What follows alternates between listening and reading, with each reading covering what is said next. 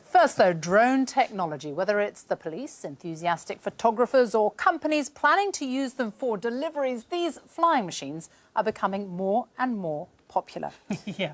In the last year alone, one high street retailer has told us they've sold 17,000 of these devices. They come in various sizes. This is a particularly powerful one, a big one. Some of them have cameras and they're capable of travelling very fast and at great heights. But you've been telling us that they can go wrong, and even when they don't, they can still be extremely dangerous.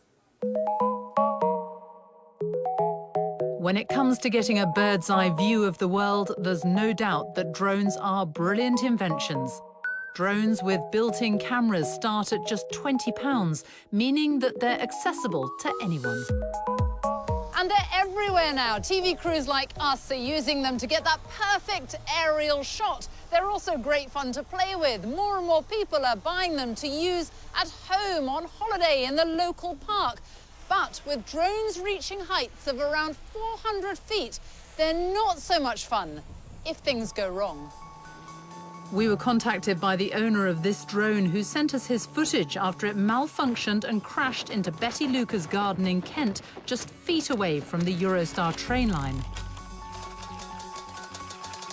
I was hanging washing on this line, and it came across here, this noise, and this thing went along my line and fell down into that bush.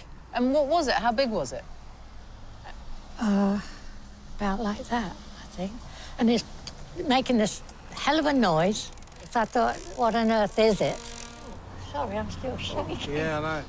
You had a really lucky escape, didn't you? Well, yes, yes. I mean, it could have been really nasty if it hit my head. Yes. Which is exactly why the Civil Aviation Authority has strict rules in place to make sure people fly their drones safely and responsibly.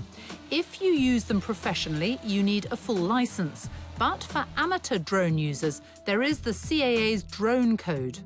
It states that you must never fly higher than 400 feet, and you must keep your drone away from aircraft and airfields unless you have their permission, like we did for our filming. Also, drones fitted with cameras must not be flown over congested areas or within 50 metres of vehicles, buildings or people without getting their explicit consent first, like I gave to our professional drone operator. So the rules themselves are crystal clear, but figures from police forces across the UK show that in the past year alone, they've received more than 450 calls about drones from members of the public. In fact, one force has reported a more than 20-fold increase since last year. So are these drone users deliberately breaking the rules, or do they simply not know about them? Stefan and Hannah Michalak from Stockwell certainly didn't, and it took getting into trouble with the police at the Natural History Museum before they realised there are actually rules on where they can fly their drone. Seth's getting told off for using his flying camera. I don't think I was allowed to get that shot. I was interviewed for the police for, I'd say, about 6 hours altogether. I never heard of anyone getting in any legal trouble with it. I was under the impression that as long as, you were sensible and as long as you knew what you were doing, almost, then it would be OK. Stefan was let off by the police and read up on the CAA's drone flying rules. If I hadn't have got in trouble, then I would never have learned about the rules, and I'd probably be still out there flying it now. But it's not just flying drones in populated areas that's causing concern. People flying drones near aircraft is a growing problem. Air safety figures show there have been around 20 reports since last year from pilots who've experienced drones coming dangerously close to their planes or helicopters. A terrifying prospect, and luckily all near misses so far. One of those pilots is gyrocopter instructor Kai Mora. It happened to him not once, but twice.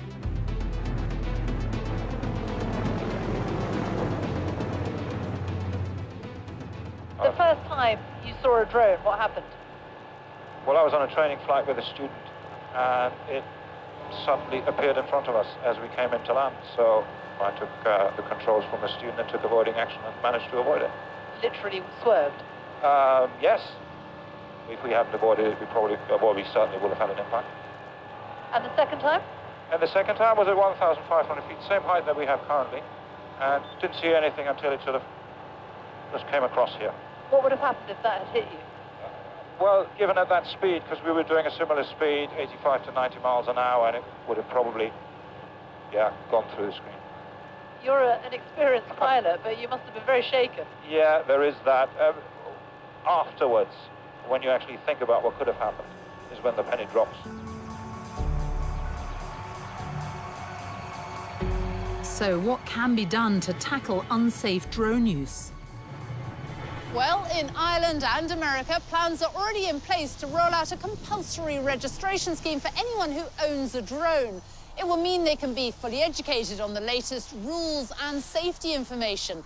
If the UK government were to follow suit, it would mean that irresponsible drone users could be tracked down far more easily. Which could help in cases like this. Last month, a police horse called Fimber from the West Yorkshire Mounted Branch was spooked while out in the paddock, with tragic consequences. He ran into a post and sadly died of his injuries. Officers later discovered a drone nearby and suspect this was the cause. But without a drone registration scheme in place, it's almost impossible to track down the owner. Had there been a registration scheme that the owner had complied with, and there were identifying marks on that drone, then yes, that would have helped us, and we could have identified the owner and then make the appropriate inquiry. Law lecturer Alan McKenna has contributed to government studies on drones. He's firmly in favour of compulsory registration.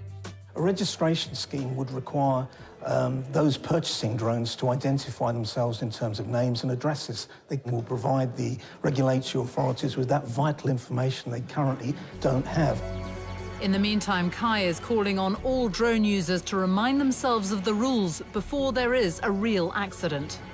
I think educating people better would be extremely helpful, because I'm quite sure that there's only a very, very, very small minority that try and push the boundaries up until the point when it will end up with an impact, or it will end up hurting somebody.